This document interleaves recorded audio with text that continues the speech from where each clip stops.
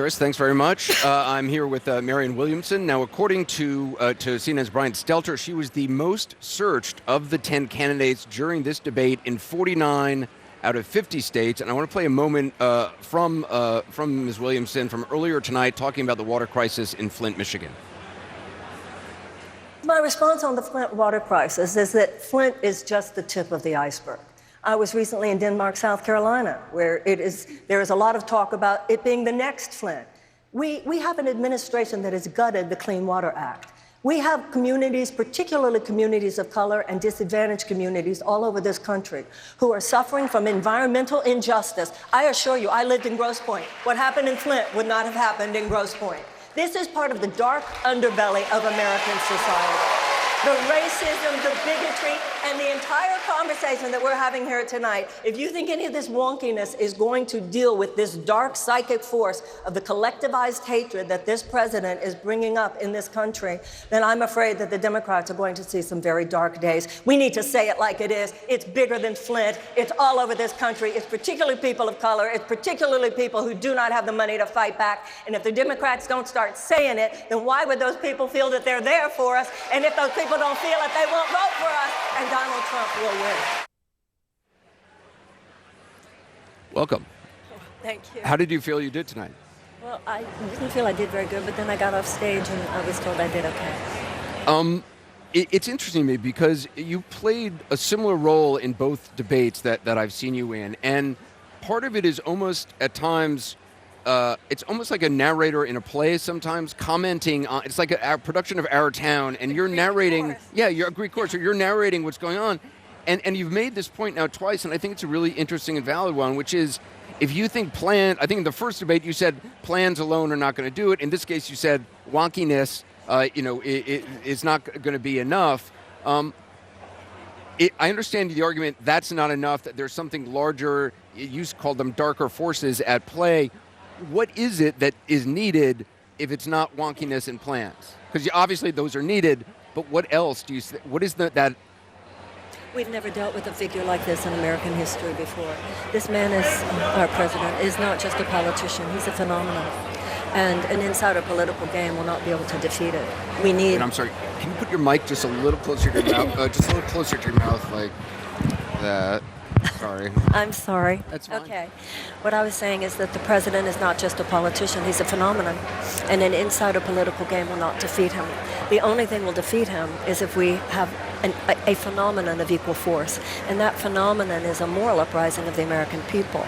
You know, people laugh at the idea that love has political power. I don't know how anybody could say that after looking at Gandhi and the Indian independence movement, or Dr. King and the civil rights movement. But if you look at terrorism and you look at Nazism, clearly hatred has a lot to do with what unfolds politically.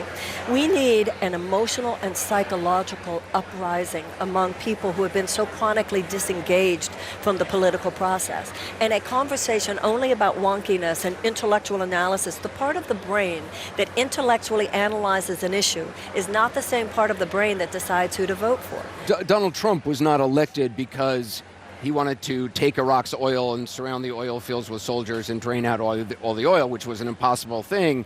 You're saying he was elected because he tapped into... He tapped into racism, he taps. It's not just what he did, it's what he's continuing to do. Racism, bigotry, homophobia, anti-Semitism, although he covers the anti-Semitism with all this pro-Israel stuff, xenophobia. He taps into the worst aspects of the human character. This is what authoritarian fascist dictators do. So Senator Sanders is calling for a revolution, getting young people involved, getting people involved in the process. You're calling for a moral uprising. Well, I think we need both, clearly, and because I agree with most of the political plans of people such as Senator Sanders and Senator Warren. But what does that look like? We need both. What does a moral uprising look like? It means that you realize that how much of our public policy is heartless. As soon as we bought in, and this began 40 years ago, as soon as we allowed an amoral, what is essentially a sociopathic economic system, to take hold and corrupt our government like it does. And what do I mean by that? When I was a child, the corporation was expected to care. The American corporation was expected to care. If somebody had worked at the corporation for decades, that they had a dignified retirement. Once we bought into this trickle-down economic theory, where all that matters is fiduciary responsibility to the stockholders, even if it's at the expense of other stakeholders, such as the workers, such as the environment, such as the community.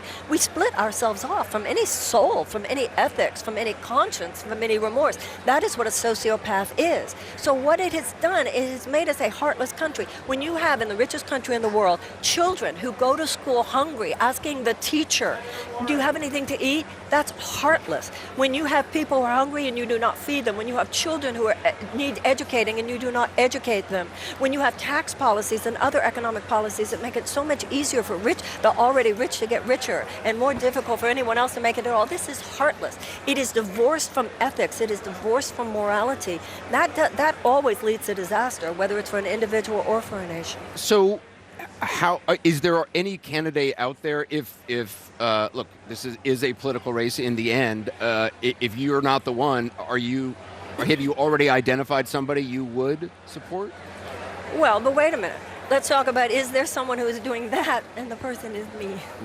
But other than that, a person whose politics I would support, I'm a Bernie Elizabeth person. I'm a Bernie Elizabeth. But just I just find it really interesting, this notion that a plan is not enough, and who else, does anybody else that you have seen of all 20... Why do you need anybody else? You got me. Well, what if there's anybody else?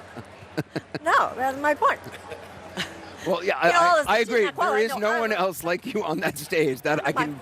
I don't take positions, but I can tell you that is a position I will stand by. Yeah, well, you got me, so what do you So what is it like to be on that stage with the background? You have a fascinating background of dealing with people's emotions and people's feelings and addressing people in grief and in difficult times in their life. And it's a background unlike any of these other folks on this stage. What is it like to see a debate through your eyes as you are standing there?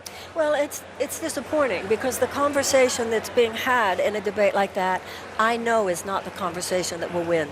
It's not a conversation. That's not a level of conversation that will defeat the level of collectivized hatred and real fascistic waters that this man is dipping into. And so it's frustrating for me. But this is the good news. When I'm out with voters are ready. You see, American civilization is not stuck in the 20th century the way American politics is. Everybody else has moved forward. In business, in education, in medicine, we have a much more whole person perspective in life. People go to therapy. People are religious. People go to yoga classes. People know now. It's just this political system that's so stuck in this overly secularized. It does seem to me, and maybe it's just that I'm, in a grieving process, but and many people have come up to me in grief and connect with me in that way, and it is a different kind of thinking.